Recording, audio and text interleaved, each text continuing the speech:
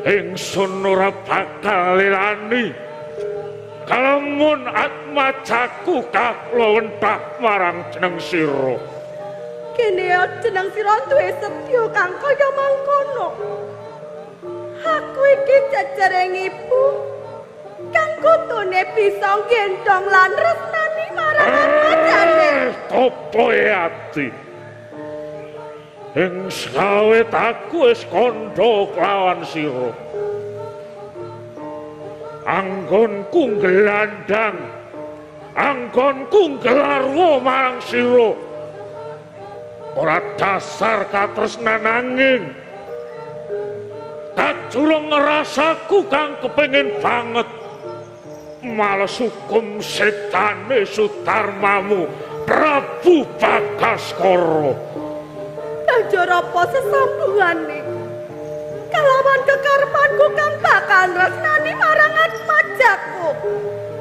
Kartopyoga kudu mbajutake apa kang dadi kekayuanku. Kartopyoga kudu bisa mateni wong Mantaraka. Ento nganti Kartopyoga kaglontak marang sira mesti adoh saka panjanggaku ora bisa mbajutake kekayuanku. Cukup!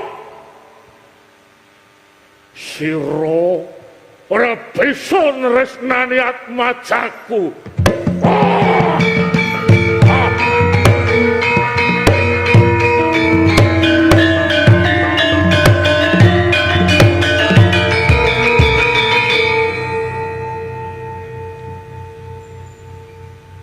Sesekaran kapilayu lir kilut kasaputing nolong.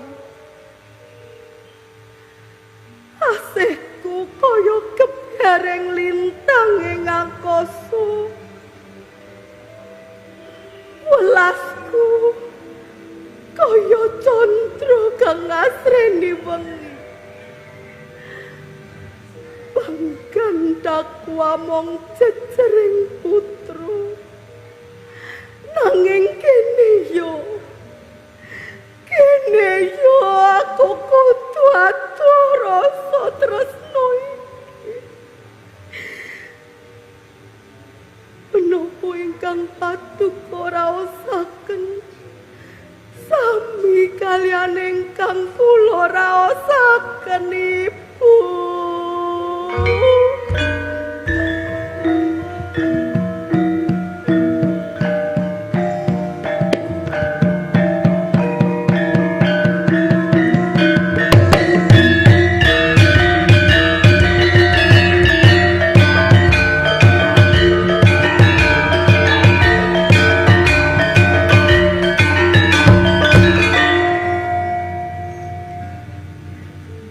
Hayu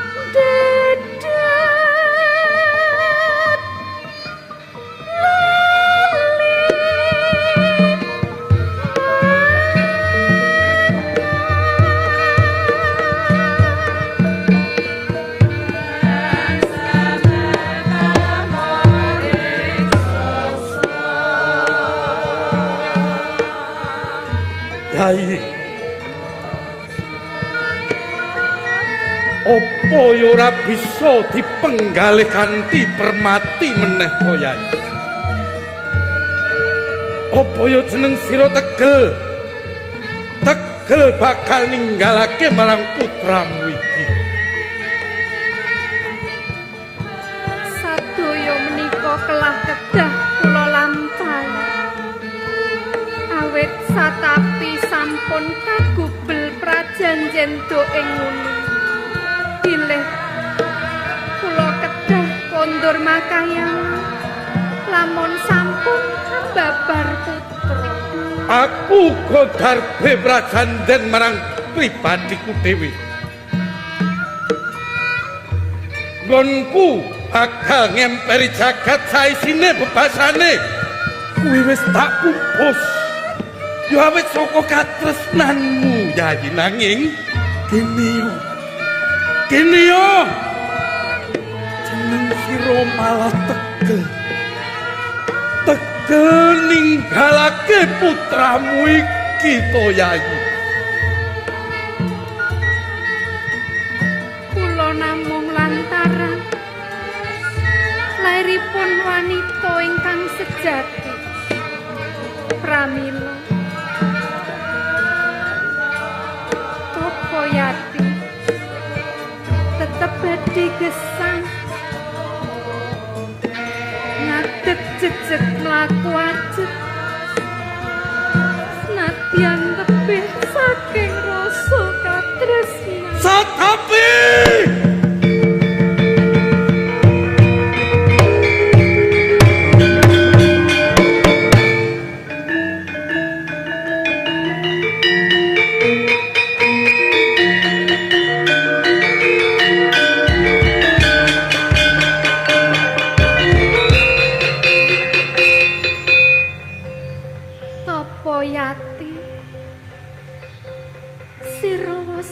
akhiring dewasa jebul sira ramung ayu wae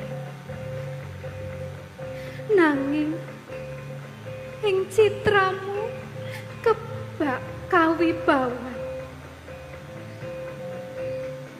sira dadi kembang kang mekar nanging ana tengahing lelara. Eling Junggirjo laraning ati bisa kanggo piwulang bebenduning urip bisa dadi pangruwating jiwa. Ikhlas kuwi ora asor nanging luhur wekasane. Ibu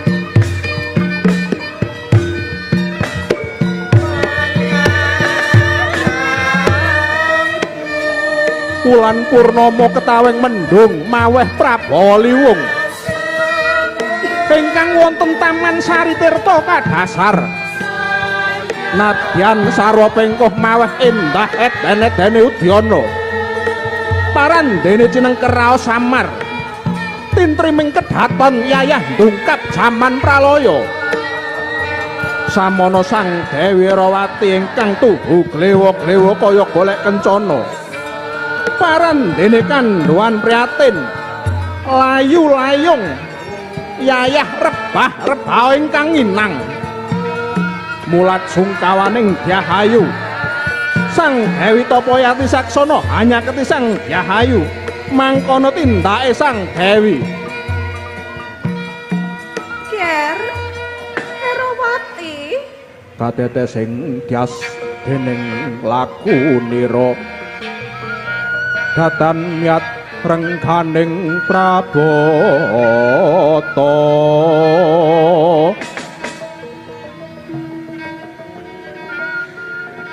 aku njaluk gedening pangapura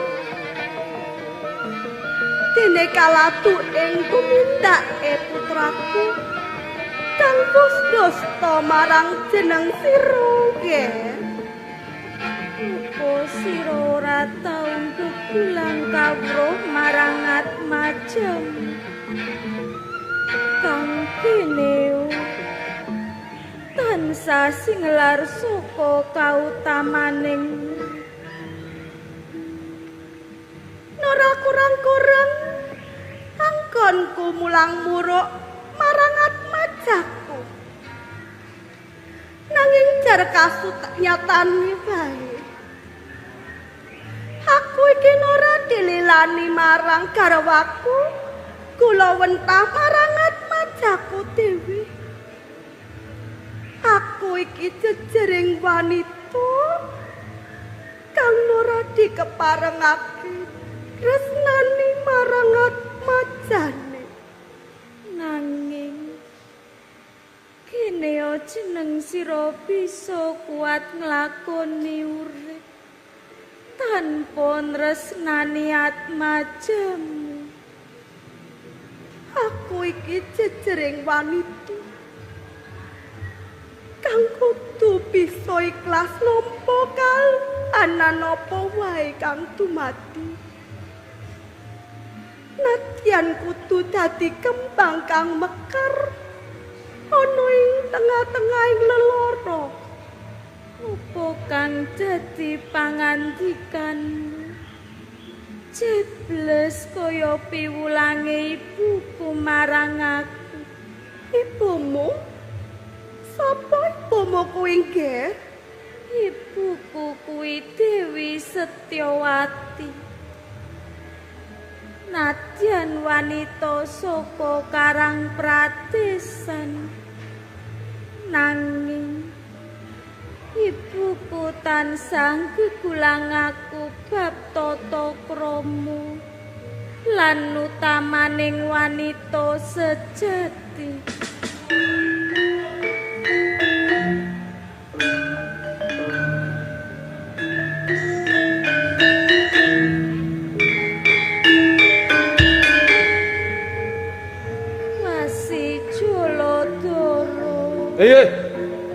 Kula wasi Jaladara Kusuma Dewi.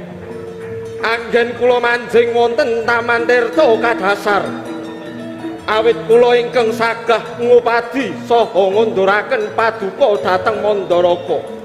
Nanging nyadanipun kula lan Permadi saged ngesas sakatahing prajurit wonten ing Tirta kadhasar kalebet Nalindra sak anak turunipun saged kula perjaya Kusuma Dewi. Surem-surem dewangkara kingkin lir manguswa kang layon denya ilang memanise wadananira layung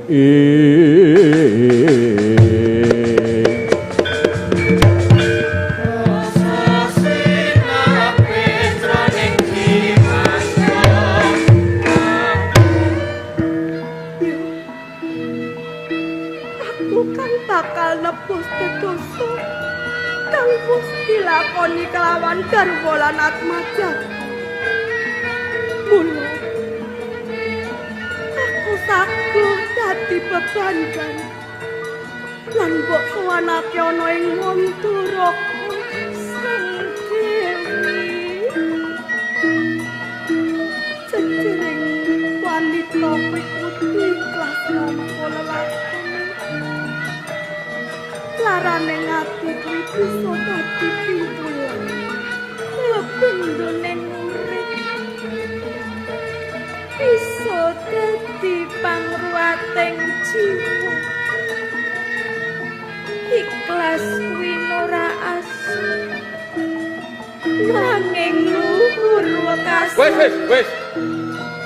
Sang Dewi, sumangga kula dherekaken kondur dhateng Praja Mandoraka selak dados pangrantunipun ingkang Rama Kusuma Dewi. Rasa sinapir jroning jiwa Andhap disengker andhap Erawati. Apa ibumu kuwi duweni asma Timur? Izu. Ibuku saka pertapan Hargobela. Putrane Kanjeng Eyang Bagaspati. Kang wewangi Pujuwati. Izu. Ibuku Endang Pujawati. Ibu!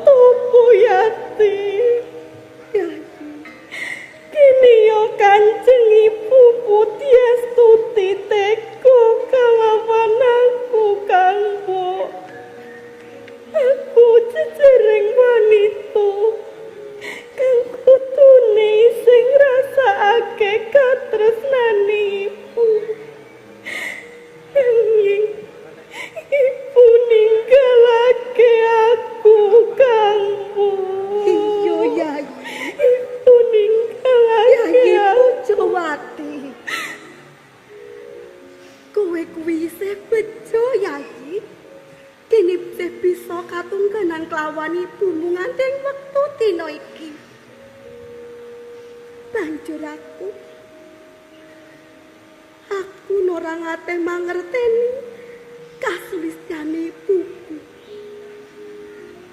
Mbok menawa besok yen wis tumekaning pati, aku lagi iso pinanggih kelawan ibuku, Yai. Nanging kapiluyuning manah banget angajab necep Langgang Sukawro jejering ibu kanggo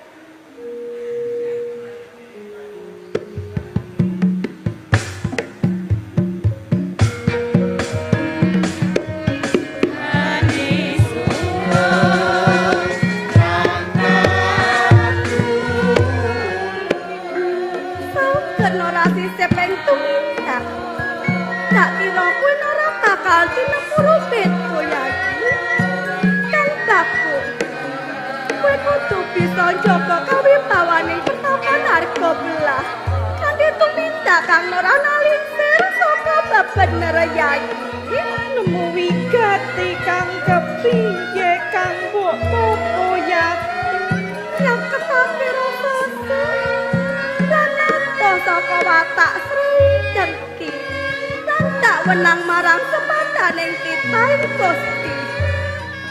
Tepo slira kang boring laku supaya bisa gayuh rahayu.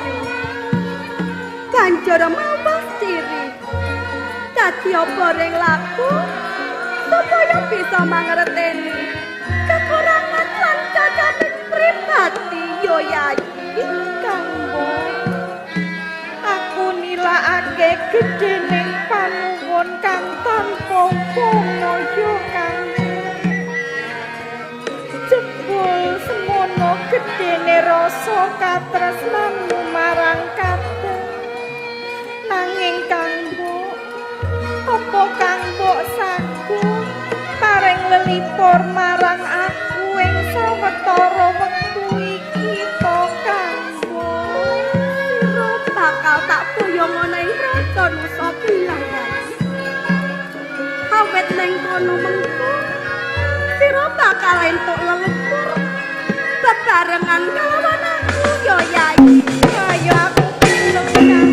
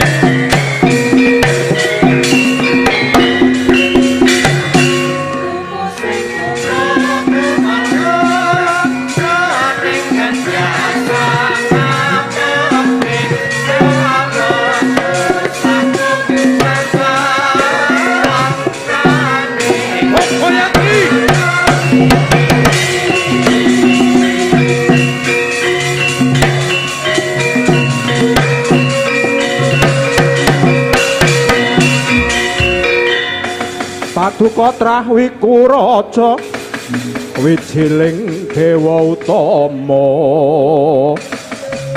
parantan teguh ing driya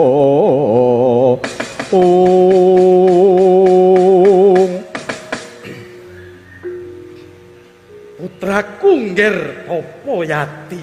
Kula wonten dawuh Kanjeng Rama. Janjane mono pun Rama iki banget kepengin ngandharake bab kang wigati marang jeneng sira.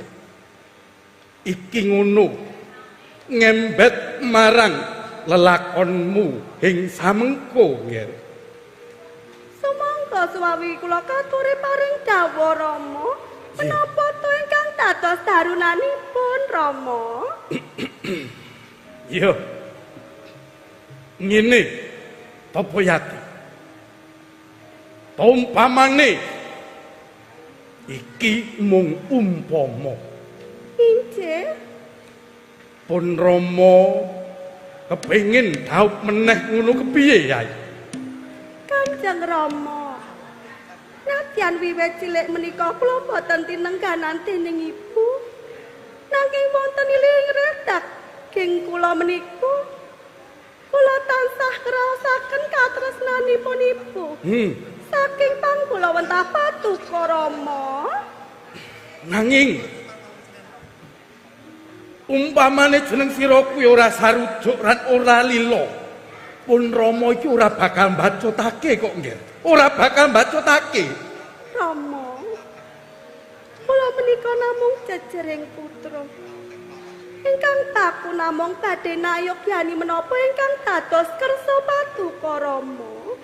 Namung ing samangke sampun ngantos ngrawasa tatos Paduka. Menapa dene batosipun calon garwa Paduka ingkang badhe dados ibu kula Rama. Anakku tenan kowe nggih, Tapa Yati.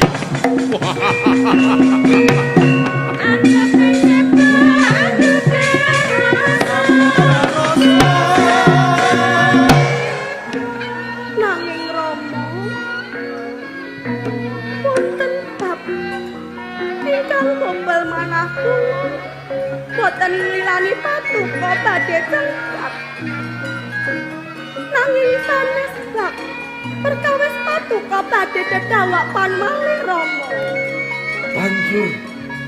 Banjur apa? Apa kang mbondeti? Matura kang trewaca, aku rak wis kandha to. Yen to jeneng sira kuwi ora sarujuk, Kula menika nyarujui menapa ingkang dados kersa patuko. Namung sungkem kula ingkang nderekaken tindak patuko Rama. Iya to Boyati. Banget panarinaku to Boyati.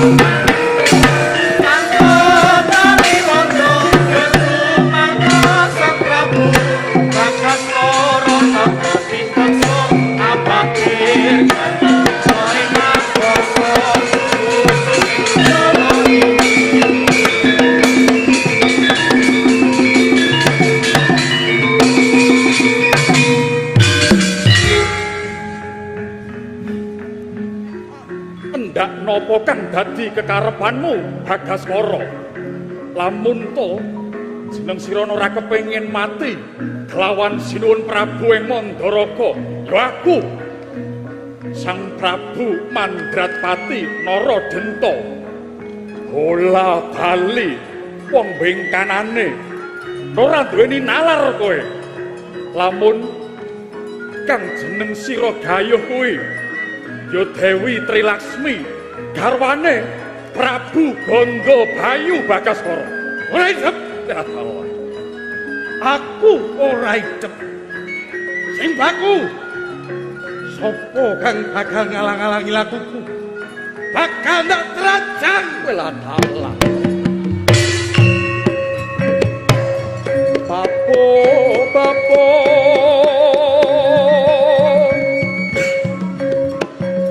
Keparate Bagas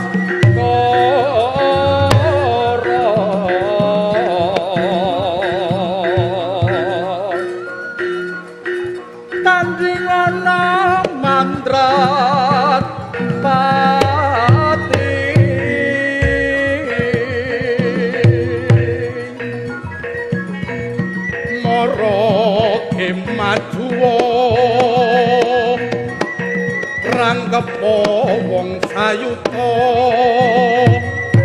rawurane ingsun kikrek mara maju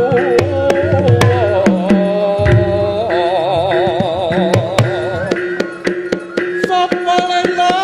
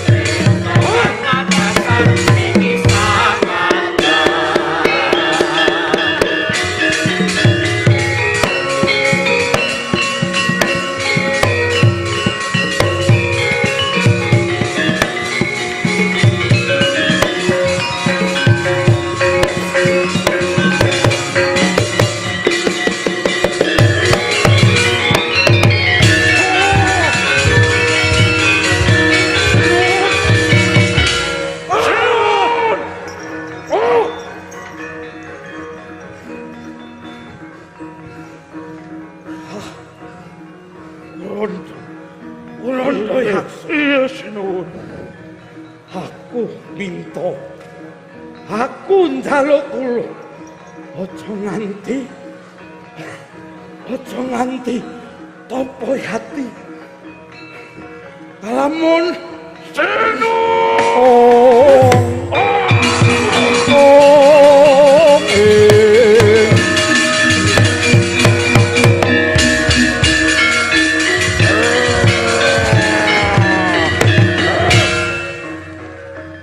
Sinuwun. Kula ingkang badhe males sadaya lelampahan menika sinuwun. Kula mboten badhe teluk kalian wong Mantaraka. Lumantar Dewi Topayati. Kula badhe nyuwargaken paduka sinuwun.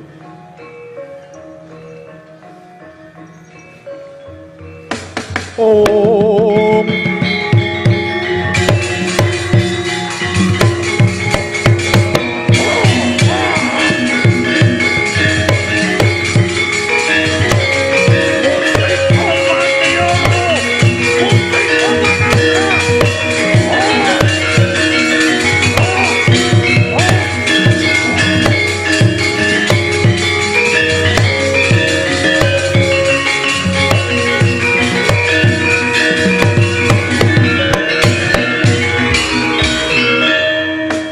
kumaleang ladaking katiuping angin aduh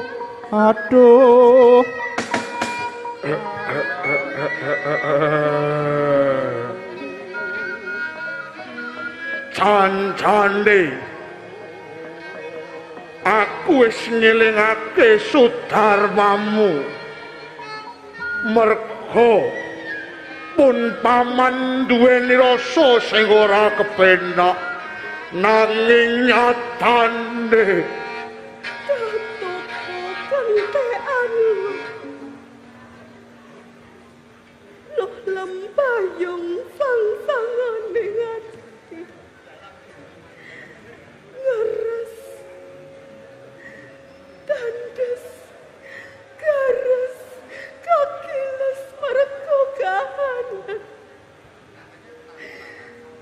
Topayati wis dadi bocah loro kang ora bisa ngrasake katresnane saudara mulane ibu Kang Mbok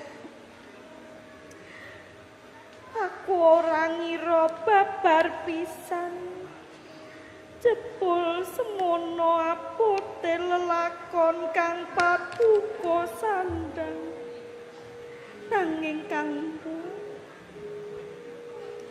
aku pitoyo kalamun Kakang Mbok kuwi bisa dadi wanita kang kuat Kang Mbok bisa lakoni apa kang dadi pacobaning urip iki Kang Mbok kang dadi paugeraning uripku aku saguh dadi wanita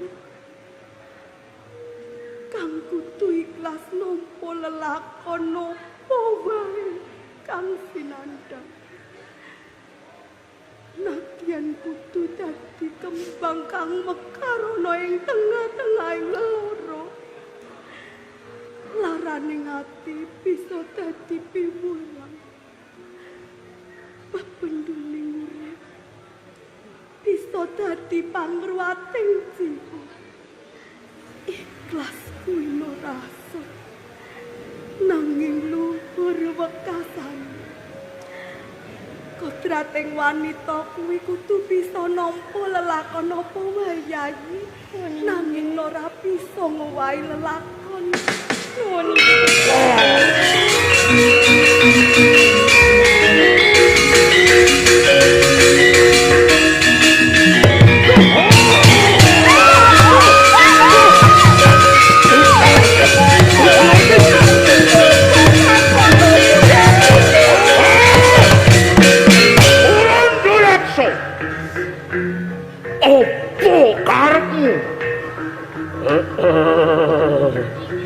Sang Begawan sak setane sinuwun Prabu Bagaskara kapeksa kutha ketanggelan Dang Dewi Tapayati nanging ngerti yo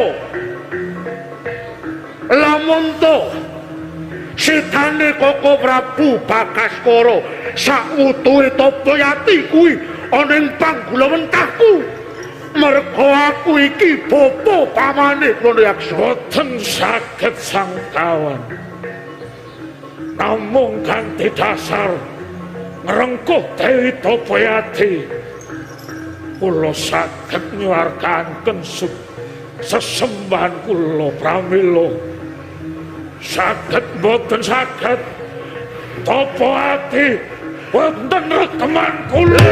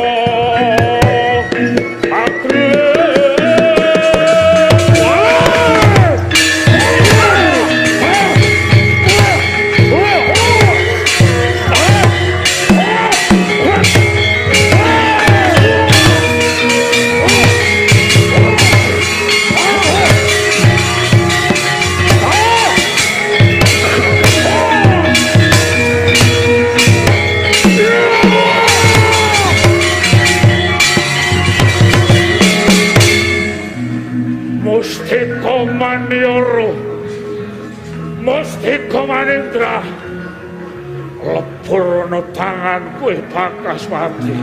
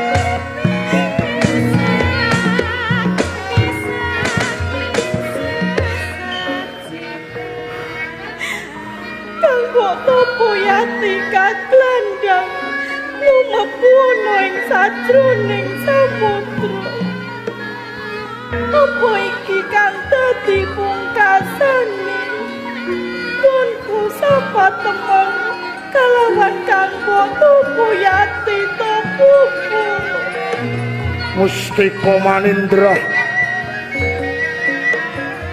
lan Mustika Manyara wis ana rekmane Kondayaksa tak kira Mbak Ayumu ora bakal nemoni rupeta apa-apa Bujawati nanging apa yen bostu nipu titi wancine aku bisa pinanggih kalawan kang Tapayati tokoku wektu sing bakal ngandharake Bujawati banjur apa kang Tapayati bakal manggih katentreman apa kang Tapayati bisa gaya apa kang dadi setyan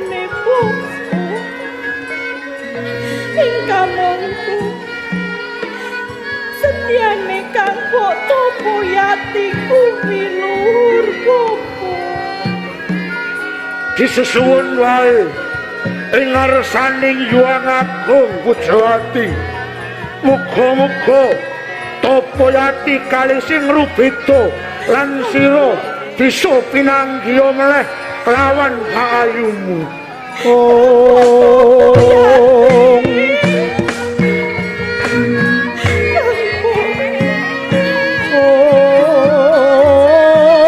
Ayo bali miat langening kalang yanak larapan damuncar tinon ler kakonang surem sara tetan padang Tapayati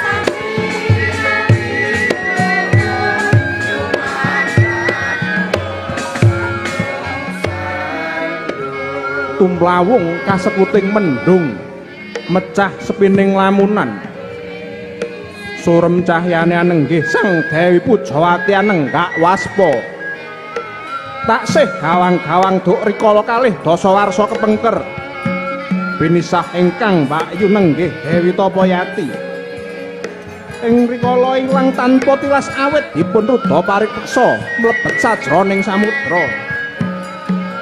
Sang Kusuma Dewi tansah memuji mring Hyang Agung supados ingkang Mbakyu saged wangsul ugi gesang sarengan kalian Sang Kusuma Dewi.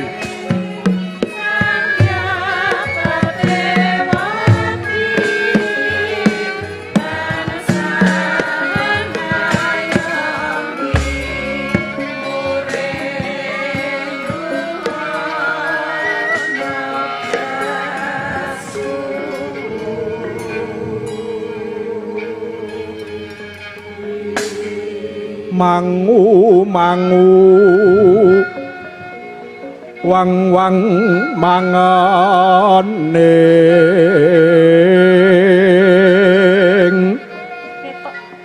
nanangi honanging nala lutra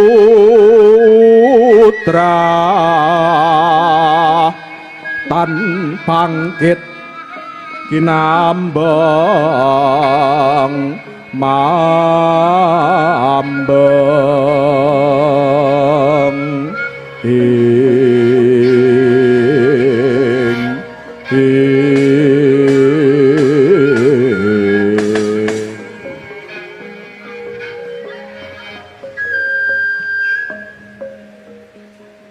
Rong puluh warsa wis kapungkur. Aku lan sira mungkasi sapatemon ing papan kene kang muga-muga lintange ngangkasa tansah dadi kanca rawangun kon mung lakoni urip kanggo aku kapang kalawan patuko kang mbok topo tunjung bang trate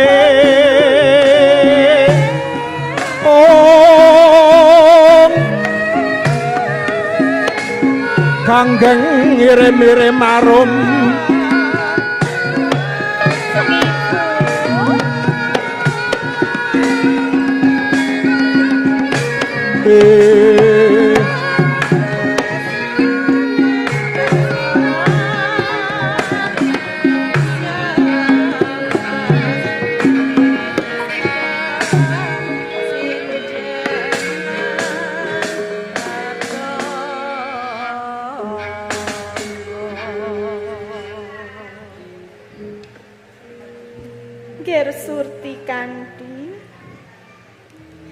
Apa wasana pakabaran mungguing Bayumu Erawati Tongger ngantos engku sak menika Ibu dereng wonten pakabaran bab murcanipun Kakangku Erawati Ibu, Yoning angin kula sumusul patuko menika.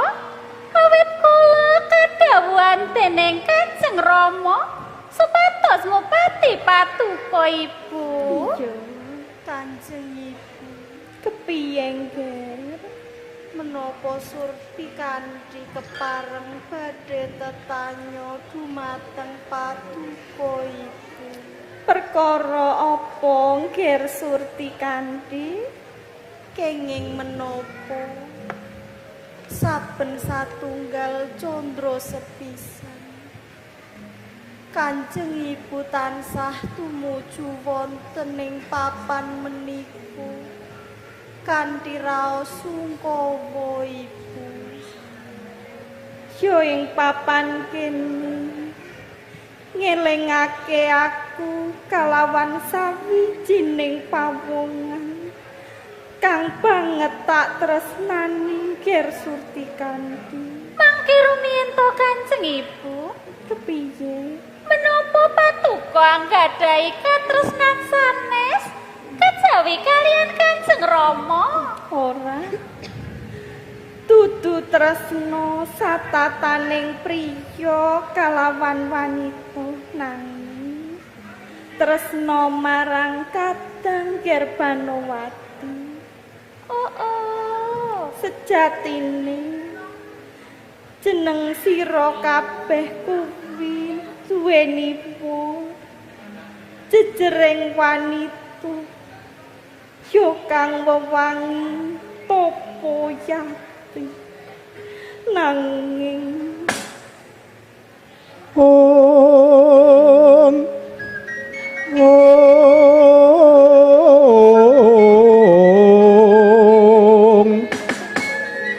nanging menapa Kanjeng Ibu? nanging wakmu Dewi nemahi lelakon kang noraden karepake satemah kaglandang lumebu ana ing samudra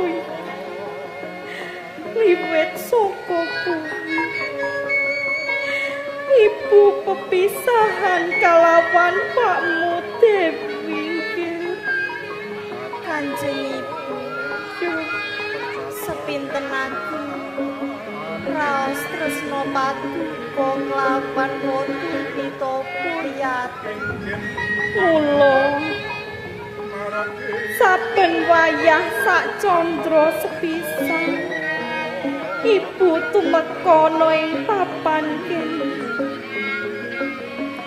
Ibu kelingan eseme Ibu kelingan cara nggone momong lan resnani aku lan aku banget kelingan piwulangi kang tansah tak lunturake marang jeneng sira kabeh gedhening rasa tresnaku nganti aku kepengin ngaras palarapan kaya tuing wuning kaya tuing wuning Wancinipun sampun badhe suruting surya monggo kondur Ibu. samangke menawi sampun wonten praja kula dipun cariosaken malih bab kekadangan Paduka lan Dewi Tapa Yati nggih ayo enggal bali yo Nggih Kanjeng Ibu sumangga. Sekar-sekar sumawur mawuranan semerbakan hanyono karo marung minggu wirasa asih yang ibu Dewi Tapa Yati.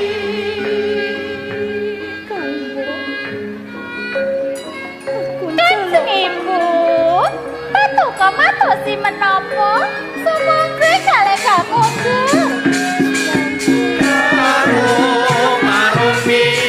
wirasa asih yang iku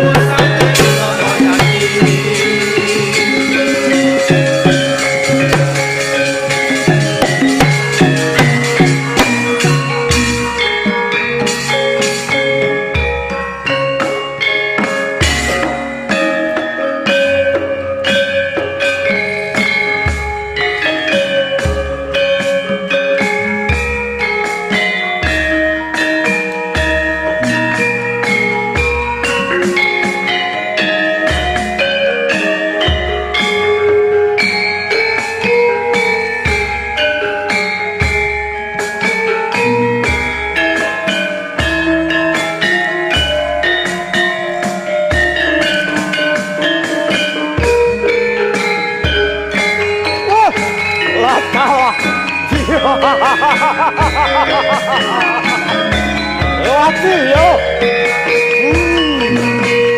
Wah. Saking kahing taranggana kang sumiwi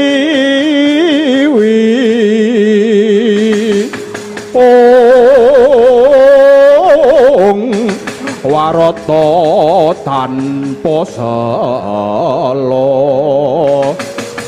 warata tanpa sala Sang Prabu Mandaraka ing Yo jagat dewa Bathara bungah rasanipun Rama bareng nyuruti jeneng sira wis bali ning Mandaraka. Nak yo ora ana rubeda kang tumama marang jagatmu to, Nggih. Sedaya menika karana donga saha pangestu patuku. Iya. Kula mboten anempuh rubeda menapa kemawon Rama. Iya. Syukur dalem jumurung. Saudara, kula wonten dawuh sinuwun. Nilake gedhening panuwun. Kula kang sapa kuwi wektu dina iki tak lelani jeneng sira bali nanging kampira. Ana ing Pantiarta nggawa redana sakake minangka tandha panuwunku marang jeneng sira Jaladara. Nyuwun pangapunten sinuwun. Nggih. Prajanjenipun saha sinten ingkang saged mangsulaken Kusuma Dewi Rawati menika badhe kadhawuhaken. Nggih.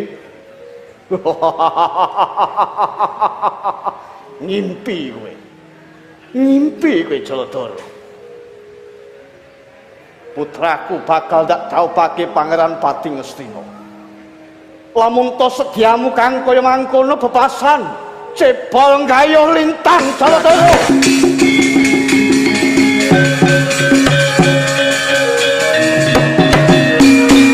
Terus kula paring pirsa dhateng Paduka. Anggen kula tetulung wonten negari Mandaraka menika awit tulusing batos kula. Nggih. Kula tampi menapa ingkang dados dawuh pangandika Paduka nanging iling den iling sinuwun menawi to gelo badhe tiba ing burinipun sinuwun. Rawati.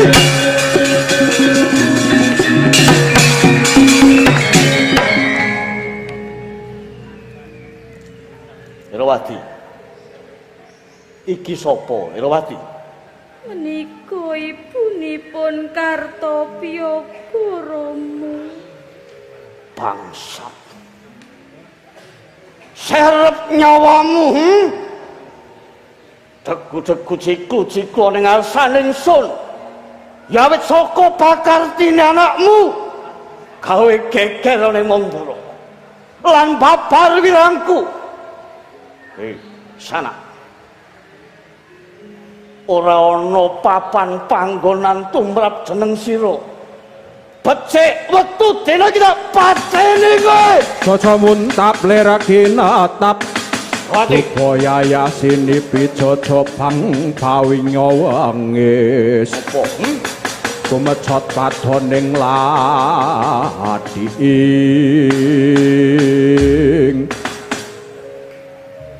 kok yo dadak nganggo dolanan pusaka to sinuwun. Dolanan mbahmu.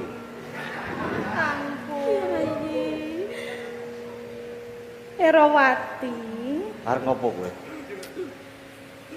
Derek manut kula kemawon nggih. Apa jeneng sira kuwi ora ngemutake kalawan Sudarmamu to nggih? Wah, hati-hati. Wong dereng mlebet le Oh, menika sinuwun dereng.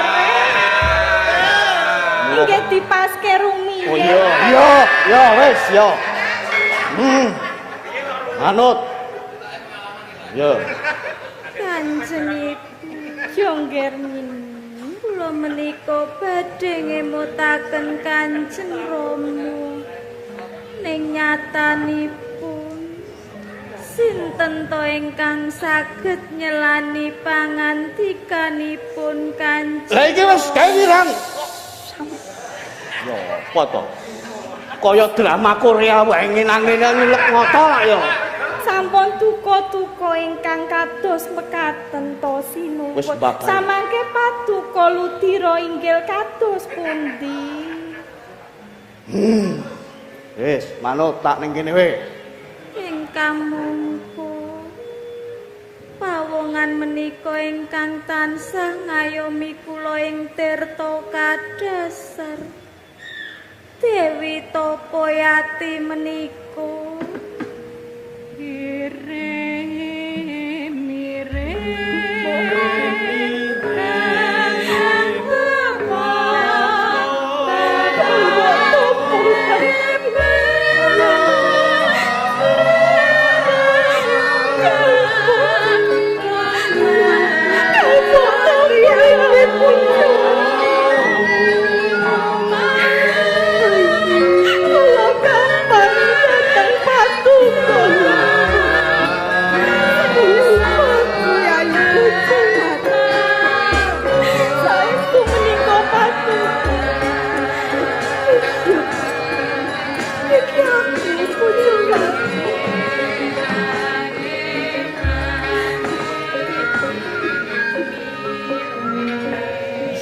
Setyawati.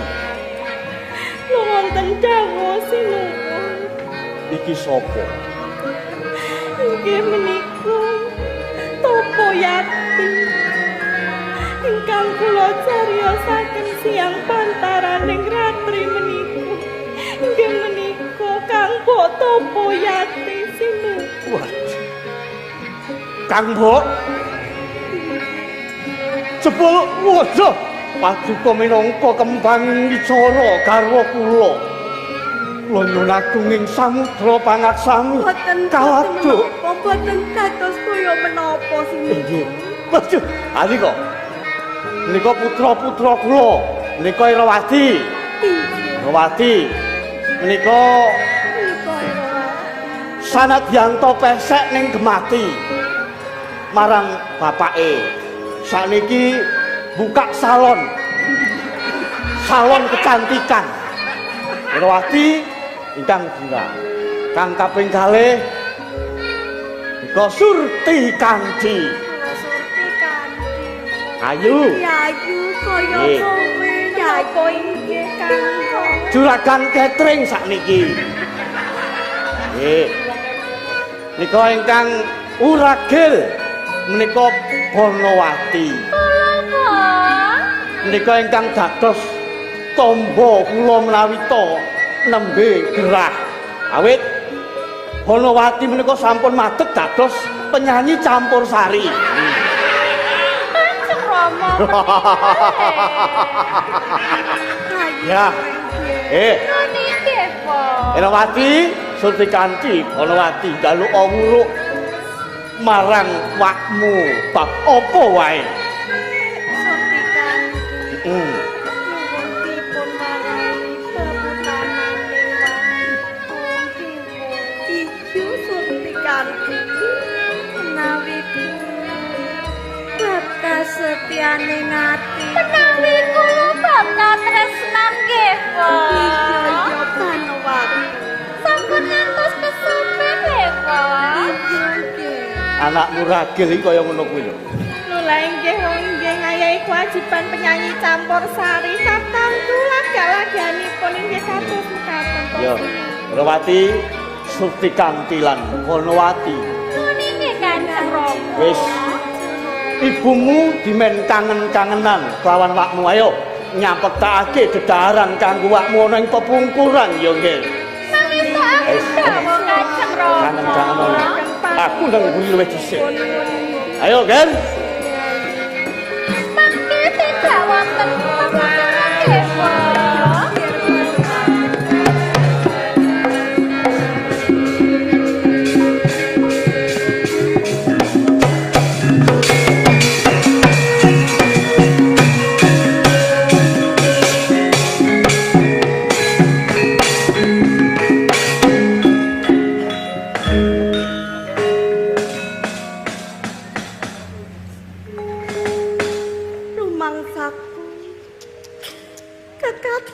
Kang Bos mabur ginawa angin bebarengan klawan tetesing lo bakal sirna jebul ora kaya mangkono Yai. Tuk nalika semono kang dadi pantung aku siadi kuwi bisa urip kanthi endah nadyan ora kaya lintang lan rembulan Yai. Nuwun inggih Kang Bu pramila kagem nepuh sedaya katresnan Patuko tu ing puni ngantos sega sakmenika Patuko nyuwun menapa kemawon badhe kula udaneni Kang Bu. Ana telu panyuwunanku. Menapa menika? Kang kapisan aku njaluk gedene pangapura awet tumindake garwa lan atmajaku kang wis gawe geger ana ing Prajabuya. Nggih Kang Bu. Banjur kang kaping pindho Yai. Kowe aja nganti ninggalake aku meneh. Wong nyatanipun ingkang ninggalaken kula menika Patuko le Kang Bu. Kang pungkasan awet kabeh kabecikanira aku pengen ngatonake marang jeneng sira ngatonake dharma bektiku lilanono aku dadi abdimu yo.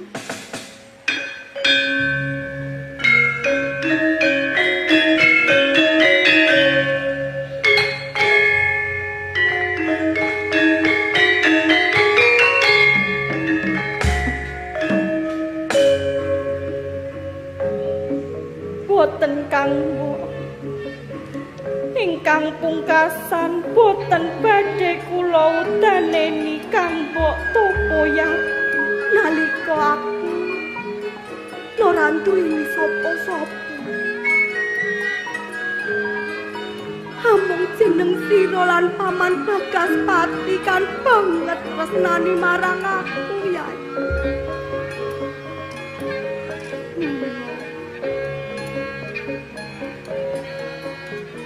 Kanggo nebus kabeh kuwi mau.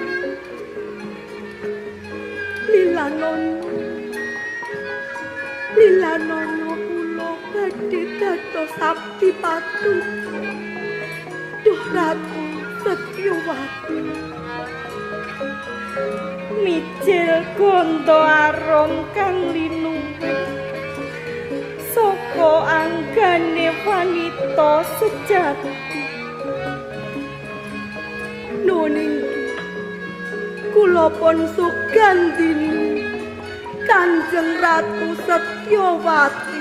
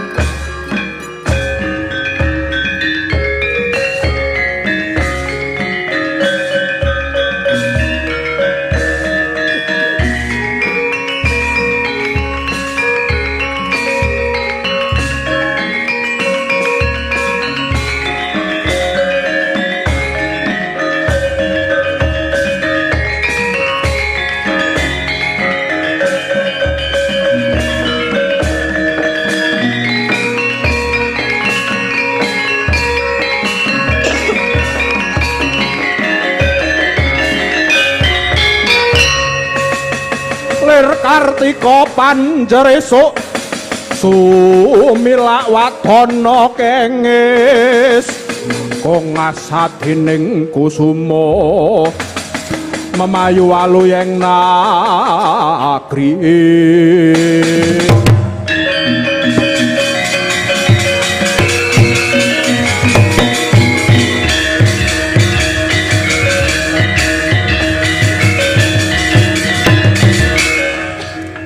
Bratayuda ngiles mangsa kala jagat kebak sambat tangis kalindhesing wengis Kumara kinebut dewaning Antaka ngancik dina kaping 16 Pandhawa Kurawa nyebrang getih ana madyaning Tegal Kurusetra minangka senopatining Kurawa Sang Prabu Mandaraka sigra ngobak-obak Candha Birawa.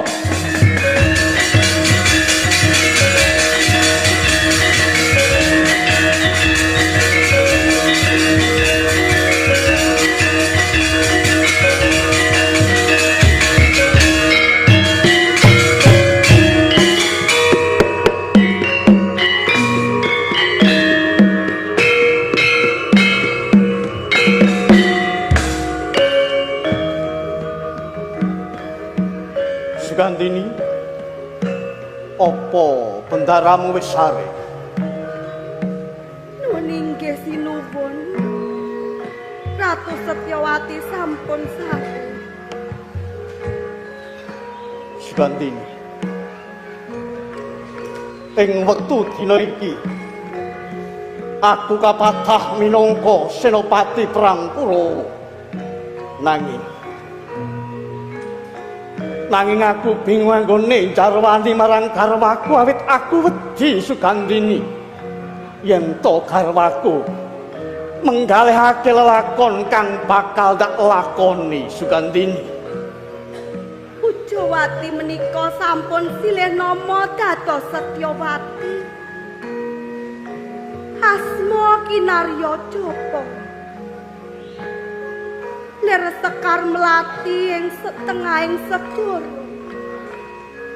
Setyawati menika boten namung tresna. Setyawati menika mijil saking angganing wanita. Kula kinten boten wonten ingkang badhe saged misahaken Paduka lan Ratu Setyawati sinipun.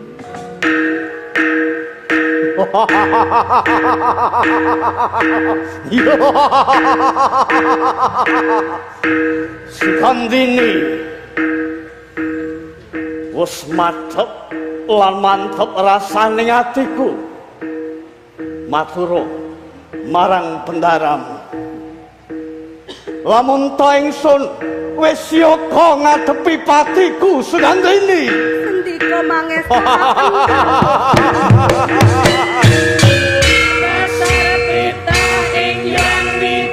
kabeh mungsa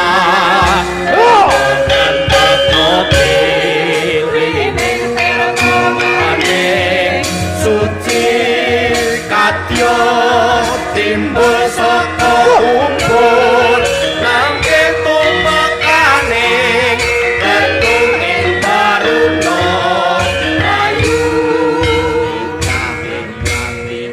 kabeh mungsa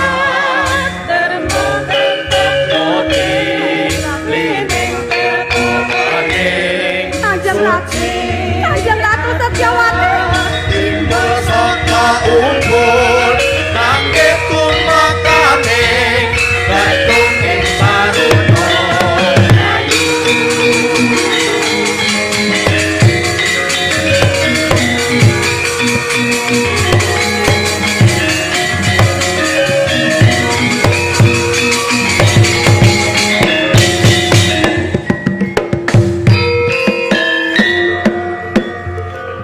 Siaka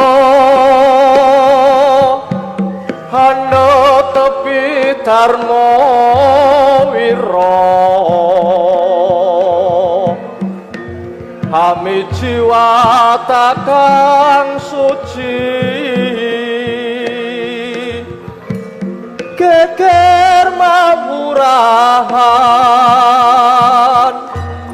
pun pasrah marang Bathara tansah mardarmaning haji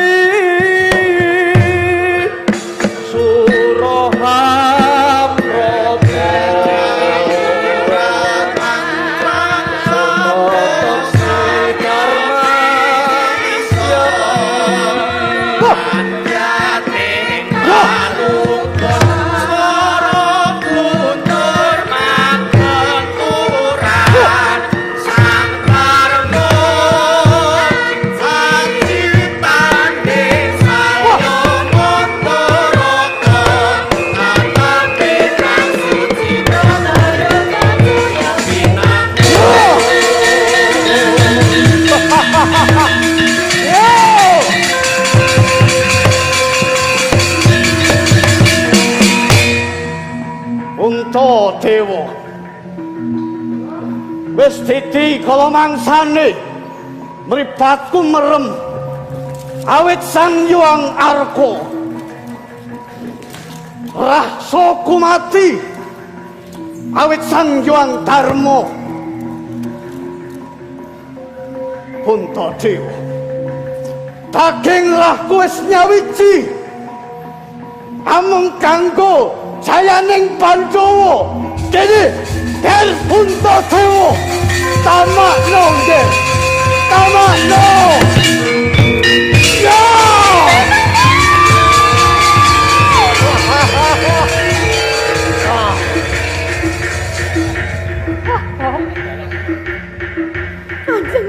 Setyawati. Kanjeng Ratu.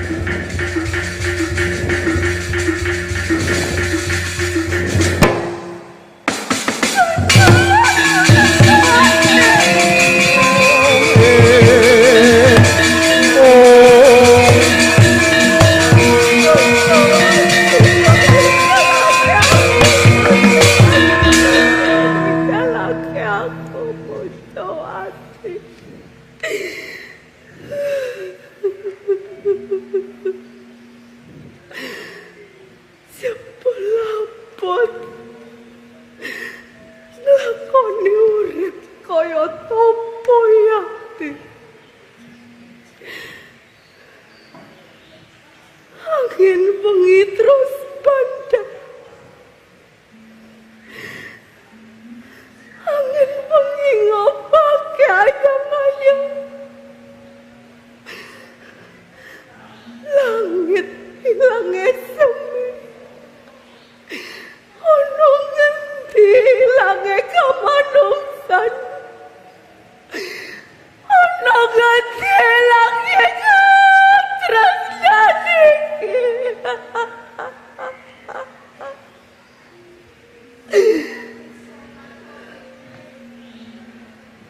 Wanita kang sejati awit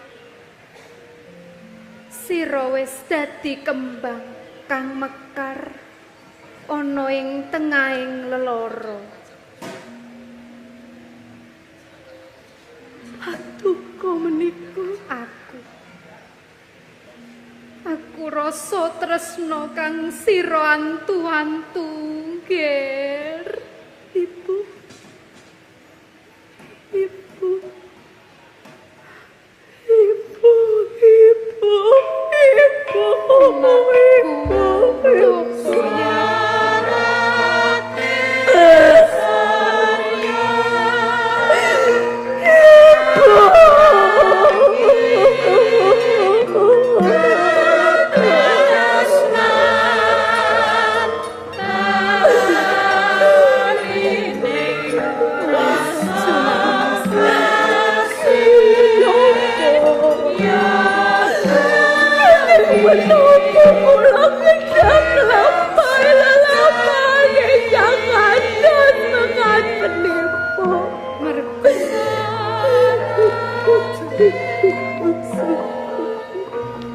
mergo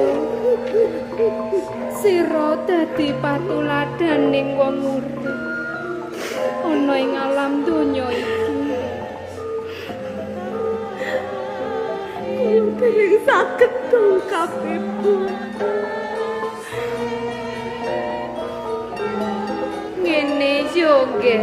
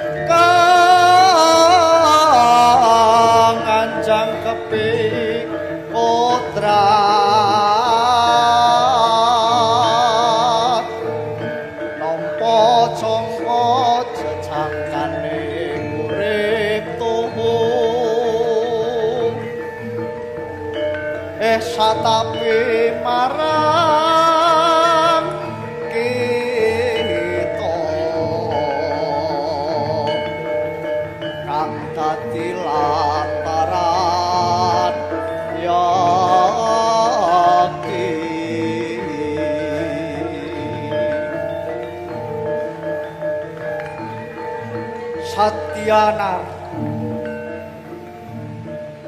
kembang suci ing tamaning jiwa ngambar arum katresnan kang tulus ing samudra rasa tansah ngupadi jatining urip tan pisah saka rasa jati ing citrane kebak dening kawibawan nora kena godaning jagat Ya sira tapa yati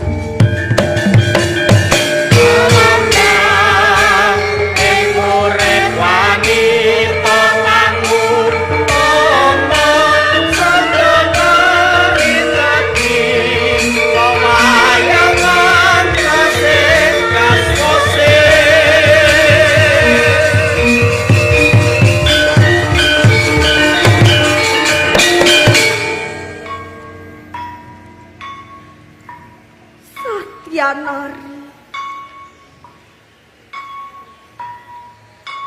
manjing jroning